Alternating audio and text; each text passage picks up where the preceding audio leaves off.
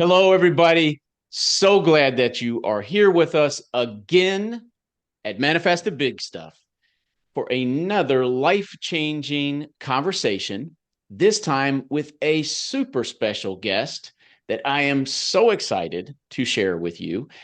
I've really been looking forward to this conversation. We are welcoming Dr. Ryan Wakim to the podcast to have a paradigm-shattering discussion about manifesting better versions of life. Dr. Wakim, please say hello to folks who are joining in. Hey, Greg. Thanks a lot. Yeah, I'm Dr. Ryan Wakem. I really appreciate you making the time to have this conversation. We had an incredible one on my podcast, and I've also really been looking forward to kind of the follow-on to that and digging deeper into manifestation and all the things that'll come with that. So thanks for having me. Wonderful, wonderful. I, of course, am Greg Kuhn. I'm a manifesting coach, which means that I help people turn up their manifesting power. It's one of my very favorite things to do in life. And one of the ways that I do that is by bringing you life-changing podcasts. Today's guest, I want to tell you a little bit about Dr. Wakim. And I think you'll get a sense of why I'm so excited to continue the conversation that he and I started on his podcast last month.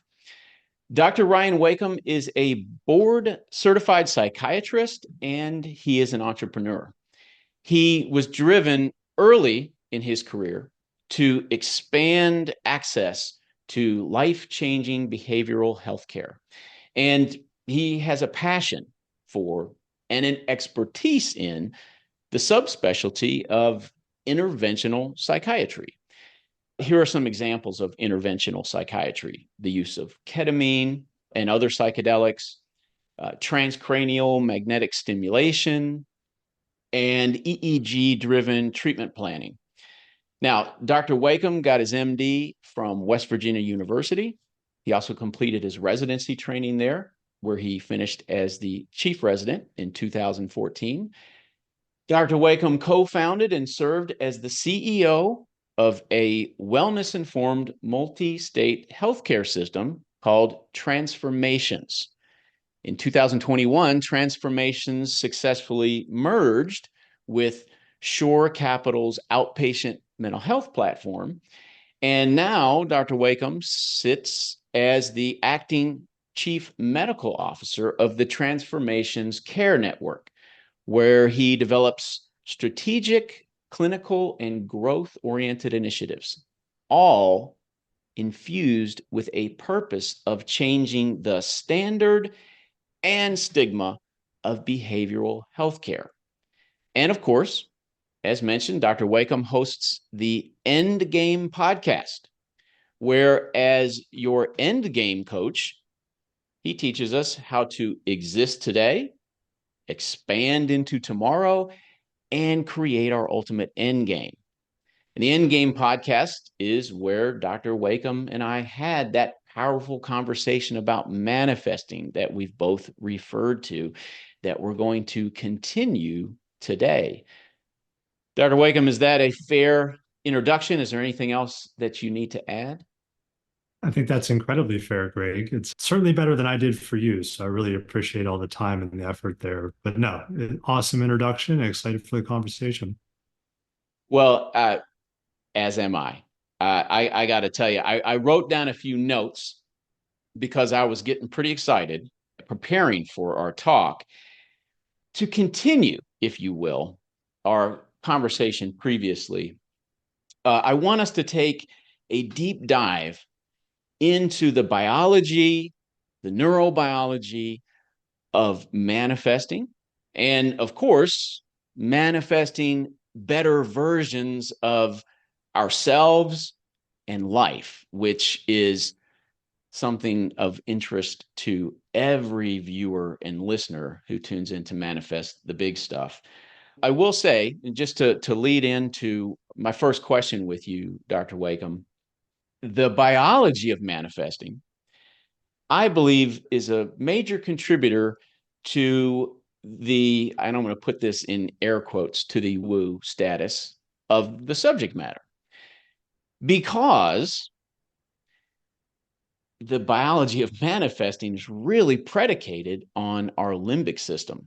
And as every student of neurobiology knows, our limbic system comprises what we call our subconscious. We call it subconscious for a reason. It's it is below our conscious awareness.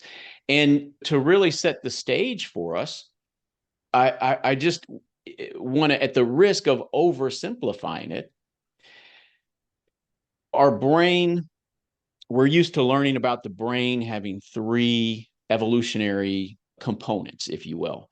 The cortex, which is the more modern, the most modern part of our brain. Our cortex is our thinker and our decider. And that when we are having conversations with ourselves inside our head, when we're talking to ourselves, that's our cortex, right? That is who we most commonly think of as us. However, we have other parts of our brain, the limbic system, and I primarily focus in on the amygdala, which is a major component of manifesting our life. Our limbic system, which comprises our subconscious, is actually the part of our brain that is manifesting our life, and predicated on beliefs that we have inherited, ways that our amygdala has learned to look for change in its effort to keep us safe and alive. And so in my view, our limbic system manifests our version of life. It manifests our reality. And then our cortex makes the best of it. I say makes the best of it because right, wrong, or indifferent, we all inherited beliefs that as we move into adulthood prove to be too limiting in their ability to manifest versions of life for us. And that can get pretty frustrating, to say the least. We manifest life by default before we start to go in and coach and work with our subconscious, with our amygdala.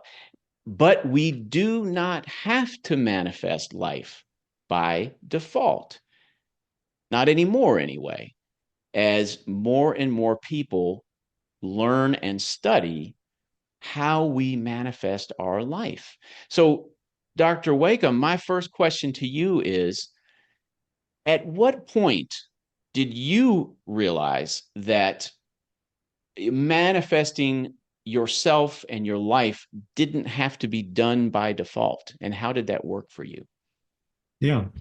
So first of all, to touch on what you've just been speaking about, that is science, right? The science behind the cortical brain, which is thought to be our conscious level, and then the structures underneath the cortical brain, which is the subcortices, and that includes the limbic system, which includes the amygdala and the hippocampus. And amygdala is where it really drives our emotional states and our memories as it relates to emotions.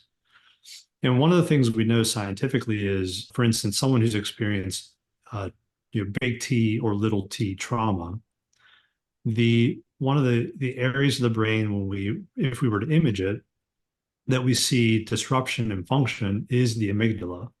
And so if you think of someone who has that chronic fight or flight adrenaline, someone with diagnosed potentially PTSD, that is their subconscious, that is their amygdala, that is their limbic structures acting against them, right? And so they live their life in this hypervigilant state, and they live their life at the effect of that which is around them, right? I think when you boil it down to both scientifically and otherwise, how you manifest, how did I determine that I wasn't going to be determined by things in my life or affected by that around me, or for that matter, simply beholden to my own BS. You talk about beliefs. I talk about BS as belief systems that I had learned through consciously and otherwise, my childhood, my upbringing, my surroundings, my environment, all of my experiences. And so the way in which scientifically you change that is you work on changing your mindset. And that involves separating yourself from the animal brain, which is the limbic system, and being able to bring that to your cortex and understanding that you're not beholden to things around you, right? That no one can make you feel a certain way. You choose to feel a certain way about a given stimulus or event or experience, and you can control that, right? And the sooner you realize you can control your own emotions, you can control your reaction to that which is external to you, and that you don't have to be controlled by the things outside of your control, the sooner that you will get to a mindset closer to the point of manifestation. Now, that is necessary. And in my experience, that's not sufficient, meaning understanding the locus of control is a necessary aspect to shifting mindset and getting to a point of manifestation. But those two things are not directly correlative, meaning you have to be able to do that. However, you also have to be able to click down one more level. You also have to be able to train your mind in a different way. You have to be able to think outside the box and stretch beyond what even traditional science would tell you in order to get to the point of manifestation. Interesting. When we're talking about the components of the limbic system, I have come more and more to understand that changing the life, the reality that I'm manifesting really comes down to being able to coach my amygdala. And not to get too deep into the weeds of the biology here, but my understanding is that the amygdala has an outer section, an outer layer called the basolateral amygdala, which is an active learner. But talk to us. I mean, you mentioned beliefs, and I like how you're differentiating while also speaking to the connection of therapeutic processes. Our beliefs, I am adamant when I speak before groups of people to let them know that they are not, we are not responsible, if you will, for the bad versions of life that our beliefs are manifesting for us, in the sense that we didn't select those beliefs, did we? We inherited those beliefs, did we not? Absolutely. When you think about, again, I think about all this in the setting of trauma because that's how I first learned about dysregulation of the limbic system, or maybe when I first really understood dysregulation of the limbic system.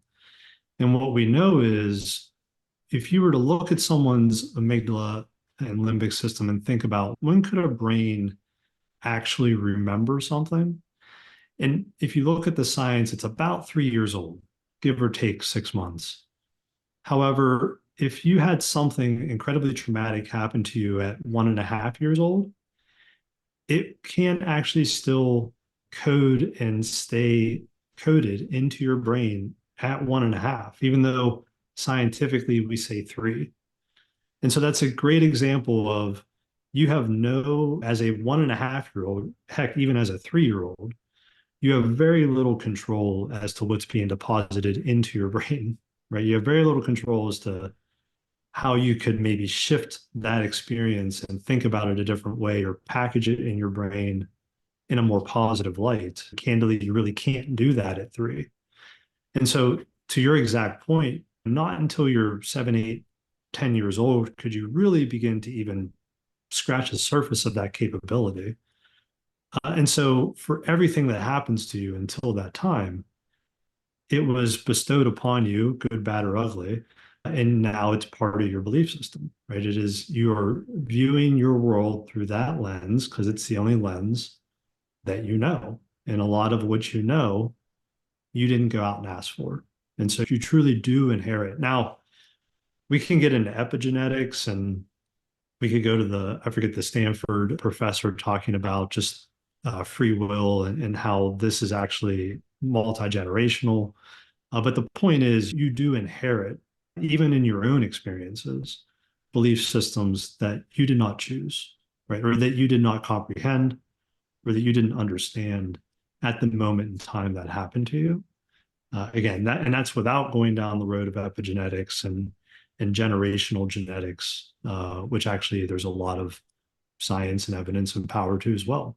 So you absolutely view the world through a lens with your own belief systems, many of which you did not choose to do or choose to have. And correct me if I'm wrong, just to, I guess, to double down on what you're saying, prior to age 9, 10, we don't even have the ability to discern, correct? I mean, we cannot, a child does not have the capacity to say, gosh, my mom sure is being an asshole right now. I bet she's had a really bad day. I shouldn't take that personally. That's not how it works, is it? No, again, the when going back to just the brain systems, your limbic system, the subcortical areas develop and really finalize earlier in your life. Again, these are where these things are encoded and maintained and housed. Whereas your cortical, your ability to discern, your ability to executive function, your ability to truly have a mindset change doesn't fully develop until your mid 20s. And there's a reason why car insurance companies charge you extra until you're 25. That's scientific. I mean, most brains are not fully baked, so to speak, until you're 25 years old. And it's those cortical parts, those higher order thinking areas that need more time to develop. And that makes sense. The animal brain, the reflexatory brain is something that is through evolution there from the start. You have to know as a 5-year-old to run away from a predator, but you don't know as a 5-year-old, again, that exact thing, which is mom's upset. This isn't really intended to me. This isn't really toward me.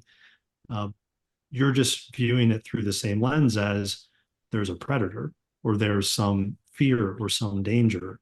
So you have to be able to do that at 5, but your ability to truly discern and connect and disconnect comes much later in life. And even then is always changing, right? We're always learning more. We're always putting different lenses. We're always editing that through our own ability to be in touch with ourselves. And candidly, Greg, as you know, there are many people that are far beyond 25 that still don't really have the ability to discern in a way that gets them where they want to go. And that's a lot of the work I'm sure you do, which is even those who are highly educated, even those who have an otherwise well-developed cortical framework may still not be good at understanding external versus internal, understanding, discerning, and really being able to frame things in a way that gets them closer to the level of manifestation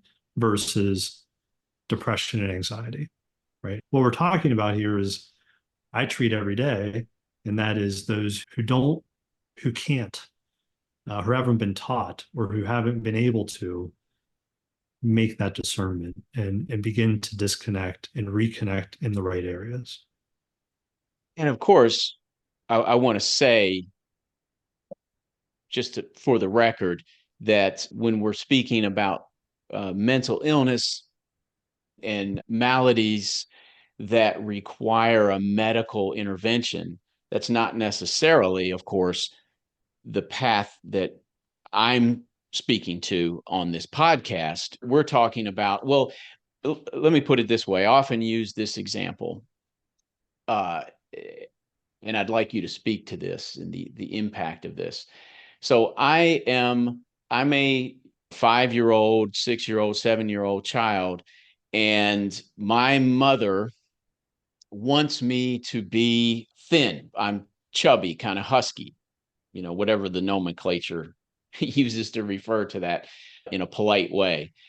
My mom has the best of intentions for me. She doesn't want me to get teased at school. She has her own bias against extra weight, whatever, a combination of factors. But she is giving me a lot of messages about needing to eat better, needing to get more exercise, needing to lose weight.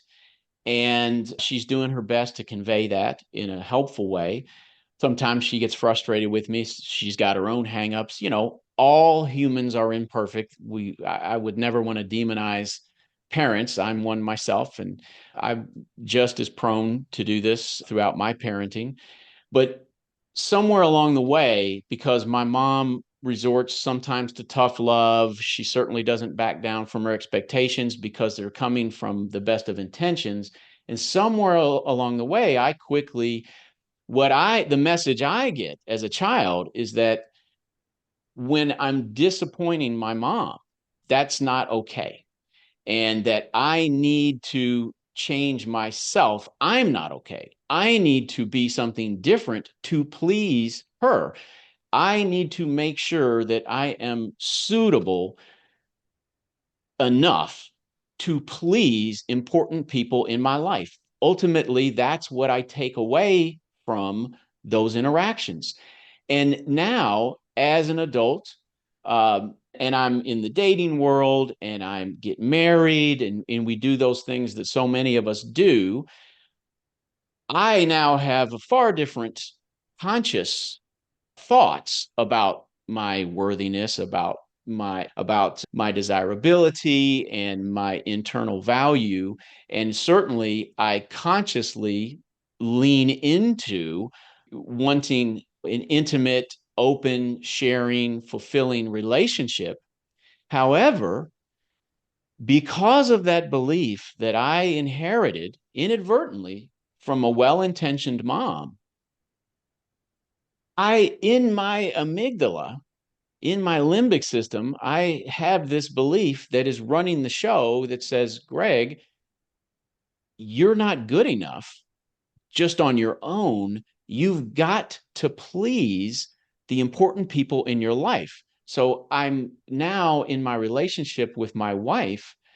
I am operating on this system where I've constantly got to prove myself, and I've constantly got to be validated by external rewards, recognition from my wife that I'm okay.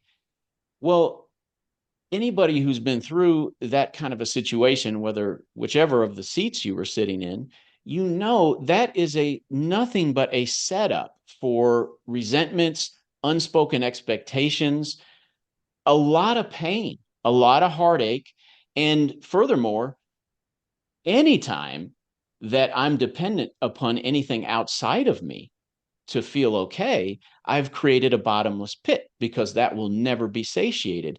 So here I am as an adult functioning very capably, and my conscious thoughts are not geared toward I'm not good enough and must be externally validated. Yet underneath my conscious awareness, that belief is still running the show and manifesting my life. And that is why so many of us, or I should ask this as a question. Does that speak to why we as adults can find life to be so disappointing, so dispiriting, so frustrating, and ultimately, and unfortunately, usually wind up blaming ourselves because we just don't understand what is happening beneath the surface?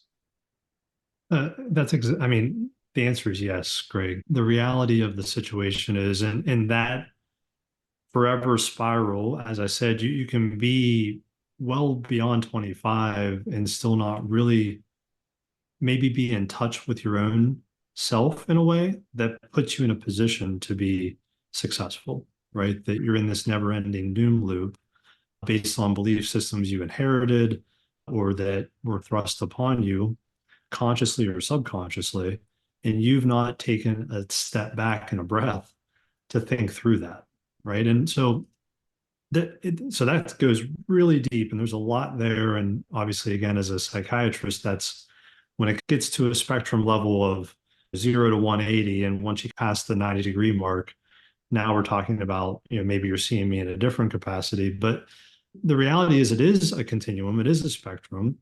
And I think there's a lot, I mean, even just that kind of line of thinking can cause a lot of anxiety and angst. And so I think the most important thing someone can do, and as part of my tagline to exist today, I do firmly believe in the idea of mindset. And in order to get into the right mindset, you have to be capable of taking a breath, and you have to be capable of being able to look within and examine these things, right? And so the most intelligent people in the world may not have the ability to be in touch with their own feelings, and that will put them at a disadvantage.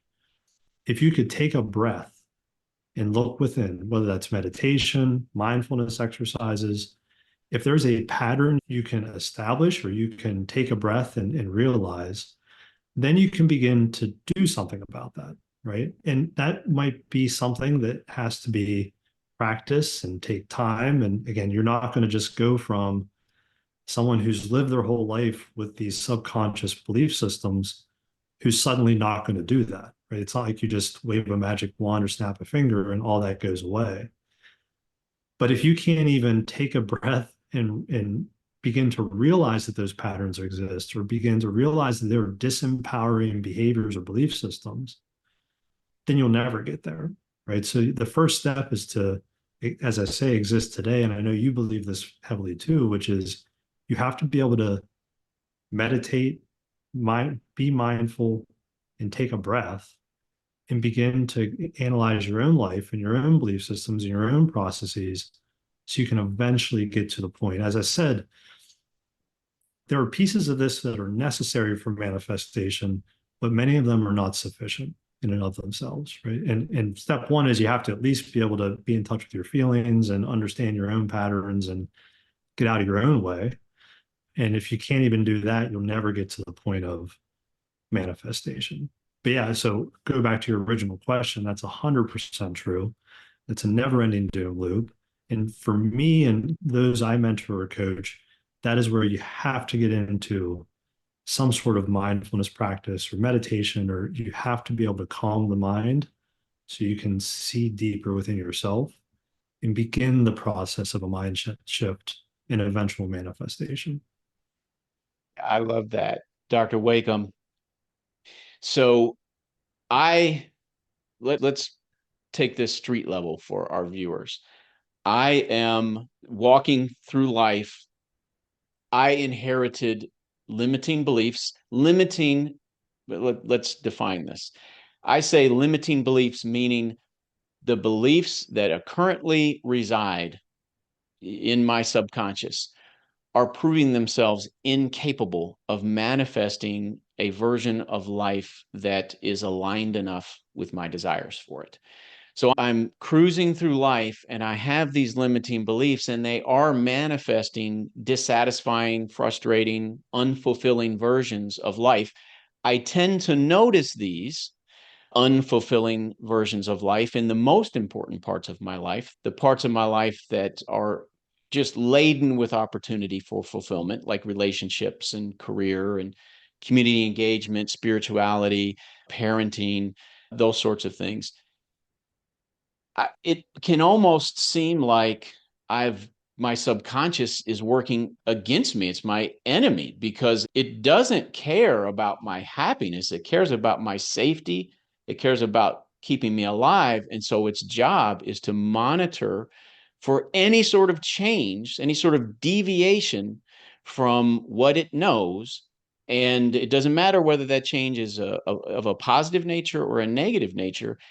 Any change sounds the alarm. Well, so am I imprisoned by my subconscious? Well, what I have found, and I'd love you to speak to this, I may not have a intercom that, a pipeline, direct connection with my subconscious. Hence, it's called subconscious. However, I can see shadows of what's in there in every moment of my life.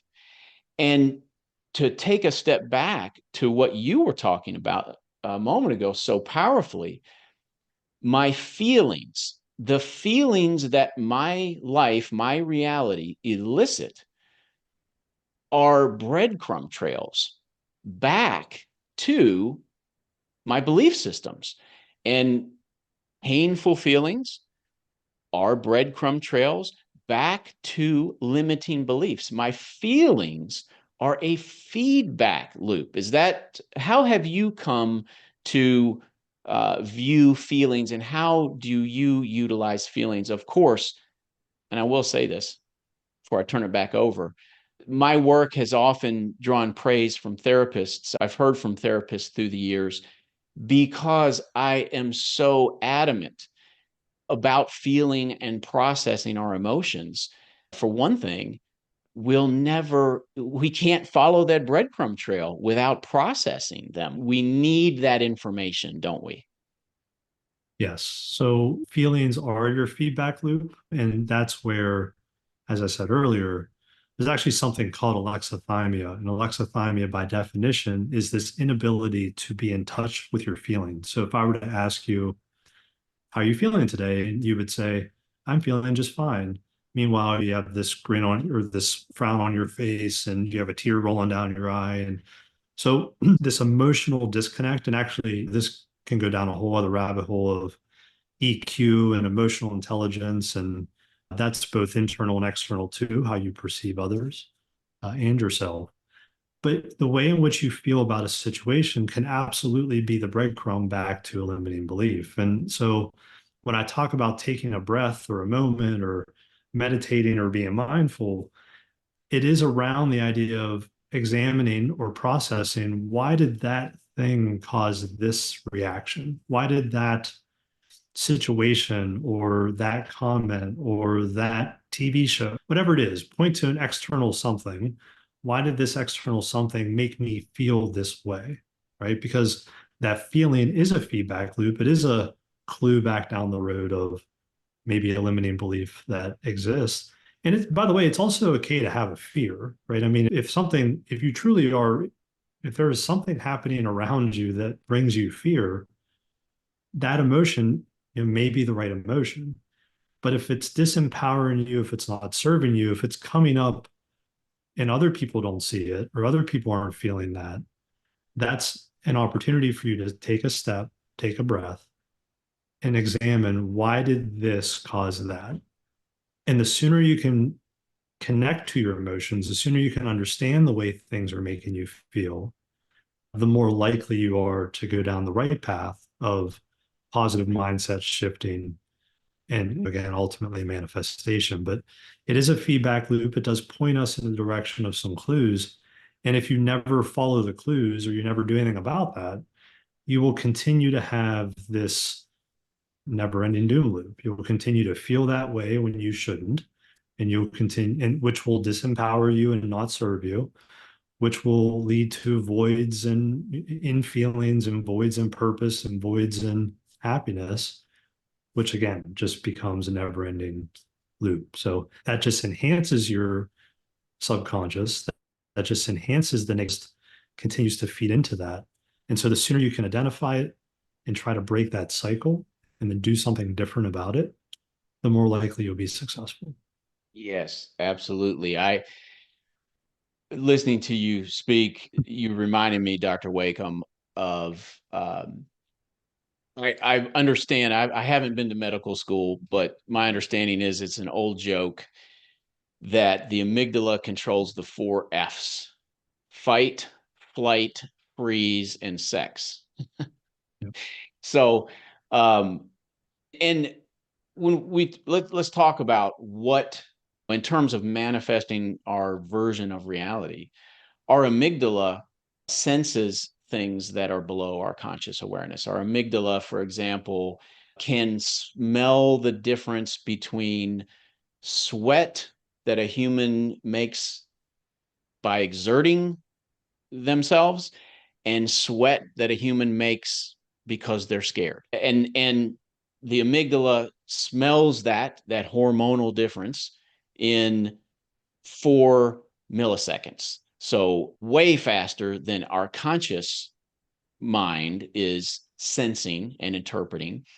And the amygdala is also using that information, using its own sensory information primarily above, if you will, taking precedence over the conscious sensory awareness that we are sharing with the amygdala. So my understanding is, and this, and I want to use this as a transition into now, how do we begin to coach? And I know you've been speaking to that throughout the conversation. My understanding is that my amygdala, it's not usually wrong in what it senses. It definitely identifies change, it changes appropriately and accurately. What it's often wrong about, however, is the degree of the threat. And I heard you speaking to that just a moment ago, because when we don't have a rapport, what I find that most often, and unfortunately, this gets taught a lot in, law of attraction circles and other self-help circles. A pretty common reaction consciously, usually for humans, when they are receiving that reality manifestation of an overreactive amygdala, is to shout the amygdala down, to try to shut it up, shut it down. And right, wrong, or indifferent, one of the most common ways to do that is utilizing positive thinking as a way to cram a new understanding into the limbic system.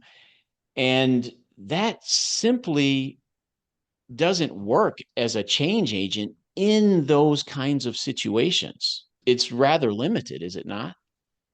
It is. I think when we talk about your ability to manage your limiting beliefs and your amygdala, as I said earlier, the amygdala, we're spending a little bit of time bashing it, but the reality is it's a critical and survival mechanism. And to your point, it can sense and process things. Your whole limbic system will sense things in milliseconds. And it goes, a good example is you can think, I think it's 4 times faster than you can talk, right? So, and your talking is actually part of your cortical functions. So as you just get deeper into the brain, deeper into under the layers, the speed at which things can be sensed and spoken and thought all change, and they are dramatically different. However, in my experience and what I believe is the more you train your cortical brain, right, the more that, just like if you're going to go do some sort of Ironman contest, if just walk out on the course and you've never lifted a weight or done any swim training, or your chances of finishing it, or slim to none. Your chances of doing anything successfully with it are certainly zero. And so it's all about that training, right? And so if you prepare your cortical brain, if you prepare your executive function, your discernment, if you can train that over time with meditation and mindfulness and self-reflection and internal rapport building, then even when the amygdala senses something that might be a threat, your brain, your cortical brain can at least filter it a bit, not necessarily tamp it down. Again, the amygdala is not a bad thing. Your limbic system's not bad. Your limbic system just needs the filter, it needs the filtration. And so the more you can train your cortical brain to be both aware of, but also respond to stimuli in a more positive light, the less likely something that wasn't negative doesn't get into your amygdala and start causing that fear reaction, right? You should still jam on the brake when you need to jam on a brake. That's your limbic system working. But you might not need to jam on it as hard if you had trained your brain around the idea of what does stopping an appropriate amount of time mean? And that's all around your cortical brain. So being prepared, training it up, investing in your cortical brain in your higher thought order brain to be that filter for your limbic system, because it will sense quicker and react quicker if you don't do some work in advance. I'd like to share with you my number one way of doing what you're describing as a manifester. When I notice that I am manifesting a version of reality that is either very frustrating or very unfulfilling, painful for me. And I'll give an example of this. I was getting ready to go for a run. I'm a pretty avid runner. And this was a couple months ago. I was out in the garage getting ready, and I noticed that I was feeling just terrible about my business, Manifest the Big Stuff, based on some feedback that I had gotten recently. The kind of dispiriting affect where I felt like I was a failure. I wanted to quit. I wanted to chuck it and run away. I wanted to hide, whatnot. Well, I have taught myself, and I talk about this often, to tell in situations like that, where I'm manifesting that kind of a reality, I tell myself the best feeling, believable story possible. And best for it to be best feeling, I start by acknowledging the feelings that I'm getting. I start by, and in that situation, so I started by saying, yeah, I have gotten some really disappointing news. I absolutely wanted to get different feedback. I'm very disappointed by that. I'm unhappy about it. It's scary to me. All those things are true. That you are absolutely right, Amygdala. All that stuff has occurred, and I don't feel good about it. And then to make the story believable, I softly, if you will, without trying to shout the fear down and the painful feelings down, I begin to soothe myself by bringing up authentic engagement and experiences that I've had. For example, in my garage, I said, while all that is true, there's no denying it, it's also true that Rome wasn't built overnight. That's absolutely true. It's also true that I'm working very hard, and that the missteps I've taken weren't done intentionally, nor were they done out of lack of attention to details. And it's also true that I've had successful experiences, and plenty of them, in the past. It's also true that I'm continuing to work hard and that I'm learning and growing and changing. It's also true that the reality I manifest, the best use of it isn't to define me, but to inform me. Now, none of this stuff changes the disappointing nature of what has occurred. However, it is reasonable for me to say that while disappointed, this may not be the end of the world. And ultimately, I might even look back on this and be grateful for the pathways it opened and the willingness that it brought to me, and things of this nature that I know I've often experienced. What that does for me, and what that did for me in the garage, it doesn't instantly change my reality like a genie, granting a wish when suddenly there's a treasure chest in front of me full of gold. But it completely changes me. And since I am the source of what I manifest, I'm sure it wouldn't surprise you to have me share that as I left the garage and went on the run, I hadn't changed the base reality of the news that I'd received, and that material feedback, but I was already beginning to see and understand opportunities right in front of my nose that were there all along, but I could not see and understand them from my previous perspective. And that works very well for me. What are some of your top tools that you yourself use in Yeah. addition to teach? Yeah, so I love that. I love what you just said. It's the reframing and the restructuring. And again, both things can be true to your point. You can have this feedback and this situation and this history of success and so on and so forth. I've always learned, and my mentor always taught me, and what I teach others is the power of your life really comes down to the power of the questions that you ask, and whether that's to yourself or to others. And so, in that same mindset or environment or situation, one of the things I would ask myself, or I would coach someone else to ask, is, and basically what you did, but this idea of what's great about it, right? So yes, there's this thing, and it's not so great, and I'm feeling this certain way, but just the question of, but what's great about it, right? So like, example could be, I wrecked my car, right? And so that's obviously negative, that's bad, that's all insurance and all the money and all my car is going to devalue. And but just take, again, going back to take a breath, take a step.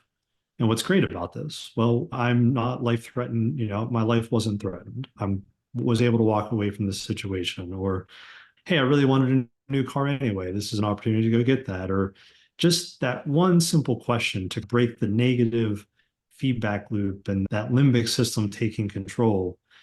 That one question could go so far in shifting your mindset towards a positive. And to your point, think about how the rest of the day, would go if you were able to just take that breath and ask that question and answer it truthfully, right? I mean, you can't ask yourself the question and then say, bah, humbug, or like, and, keep going down the negative. Truly try to find the positive, or not try, do or do not, there is no try, right? Find the positive in that situation, and it'll serve you so well into your future, regardless of what it is you're going to take on or what it is you find purpose or derive fulfillment from. Ask yourself powerful questions and you'll get powerful results. That's a great segue, Dr. Wakem, into I'm keeping my eye on the time here. I've got a really important question that I want you to answer Yeah. momentarily.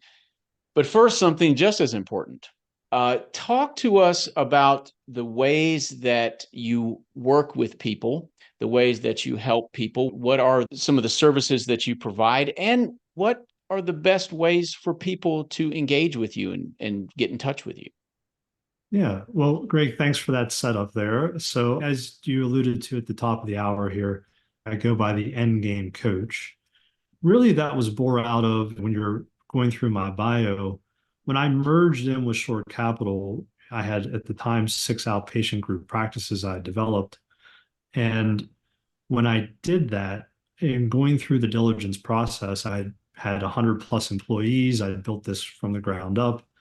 And I lived my life by the idea of you don't know what you don't know. And I was so shocked at what I didn't know going into the diligence, right? I knew my business so well and understood kind of what I was getting myself involved in. And I found myself in that process really asking myself, like, where can I find more help? Why is there not someone I can turn to? I don't have a mentor for something like this.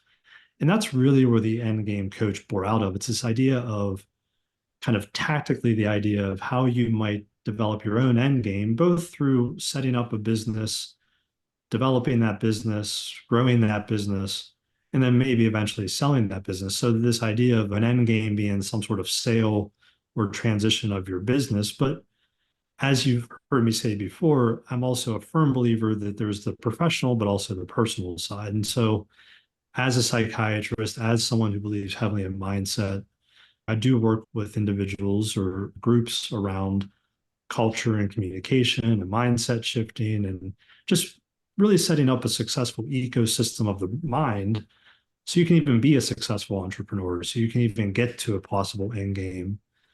And so that's my backstory for the end game coach. You can go to endgame.coach as an example. I have a Facebook group that we've recently started called the Endgame Club that really brings like-minded individuals together, spirited business entrepreneurs who might need help with how do you set up this thing, or what does due diligence look like, or what's the best business type or structure for my new venture. So it is, focuses a lot on business, but it also focuses on mindset and focuses on how you put yourself in a position to be successful.